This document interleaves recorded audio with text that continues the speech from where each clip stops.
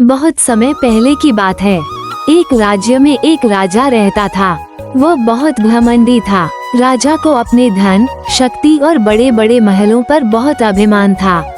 वो दरबार में अक्सर कहता, मुझसे बड़ा और बलवान इस दुनिया में कोई नहीं।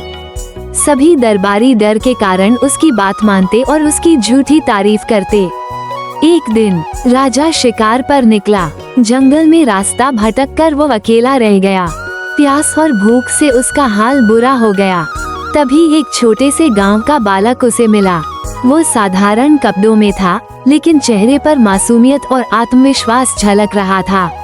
बालक ने कहा, राजा जी, लगता है आप थक गए हैं। आइए मेरे घर चलिए, माँ आपके लिए रोटी और पानी देंगी। राजा को हैरानी हुई, इतना छोटा बालक और उसमें इतनी हिम्मत।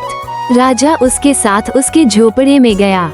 वहाँ उसने साधारण मिट्टी के चूल्हे पर बनी रोटी और प्याले में ठंडा पानी। उसे जीवन में पहली बार सच्चा सुख और संतोष मिला।